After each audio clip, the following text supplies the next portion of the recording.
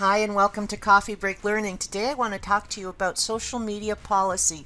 It's something I've been working with a lot of my clients with lately, and I wanted to share with you the example I've been using that is phenomenal. And so it happens to be from General Motors. They have they get it. They really get what social media is all about as far as the policy goes and many other aspects. Social media policy, and this is a quote from their social media policy. Social media policy was created in order to protect GM's reputation, compliance with applicable laws, regulations, and, drumroll please, my favorite part, empower employees to be advocates of the company. Yes, they've got it going on.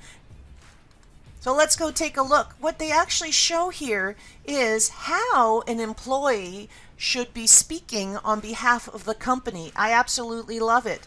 So if you're about to, if you post about the auto industry or GM, disclose that you work for the company by using those hashtags.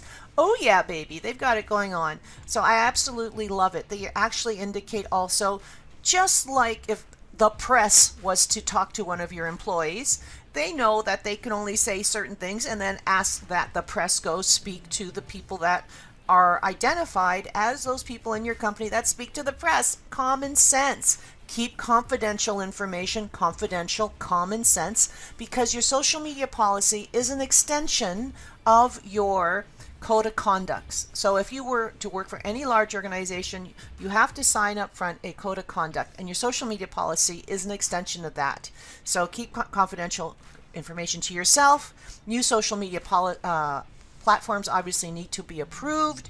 Good judgment. They trust their employees. I love the fact that they trust their employees. Good judgment of what and how you share. Then they get into more details. Treat others with respect. Absolutely. So that is beautiful. Private things are not private. They remind you that anything you put out there online might be seen by someone, including, so just remember that anything you put online might be seen by someone. Then they have, from this short one, which I absolutely love, it has all of the aspects. They have this full social media policy where they expand on the details behind each element, how to share, what to share, which is just a beautiful, beautiful thing. So they've really got it going on. Social media policy needs to empower employees, be a competitive weapon, and an extension of your code of conduct. That's it in a nutshell. But let me just continue and share with you some of the steps. I have 7 steps that I believe need to be in your social media policy. It pretty much mirrors what General Motors have done, which I'm pleased to say is wonderful. So state your social media purpose up front. And it might be creating awareness of your awesome people and services. Maybe that's what your social media is about. So you need to state what it is. So again, the social media policy can be both empowering for employees and an excellent competitive weapon. Social media policy is an extension of your current employee code of conduct and your current marketing guidelines. In your marketing guidelines, it's clear as to who speaks to the press on your behalf, who actually gives the newspapers, if you do newspaper ads, the ads to put in on behalf of the company, who is actually the person that has access to your social media platforms. So all of that's the same. Think in the terms that simplifies it for everybody that's involved. Just like when there's ever any new technology or a new platform, there needs to be regulations and approvals as to how it's used. So here's my 7 steps. First, what's the purpose of your social media platform? Second, indicate which platforms are approved. Which ones are you on? Third, indicate who the coordinators are so that people know who to go to if they would like something else shared on social media. Fourth, your code of conduct. It's a extension of your code of conduct, so maybe you need to repeat it a little bit here.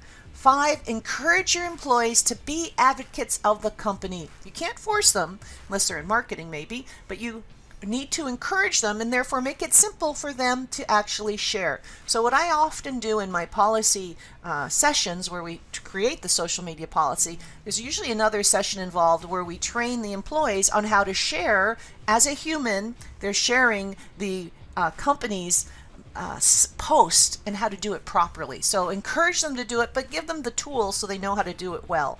And then, just like the last point on the General Motors social media policy, remind the employees that social media is being monitored. Anything you put out there is not private, so it is also an extension of your code of conduct. If you're not allowed to talk poorly about somebody in a public setting, then you're not allowed to talk poorly about someone on Facebook, even if you think it's only your friends that are talking about it. So there you go. So there's all sorts of other things that we talk about, how to handle crisis on social media, and then how to change your own privacy settings as for employees. But I just wanted to share with you this fantastic social media policy that we've been using as an example, which was the General Motors one, and another one we've been doing recently is to stop and think before you click. It's just so you don't get your identity stolen and allow viruses into your company situation. But today was all about your social media policy. I hope that was helpful. Thanks.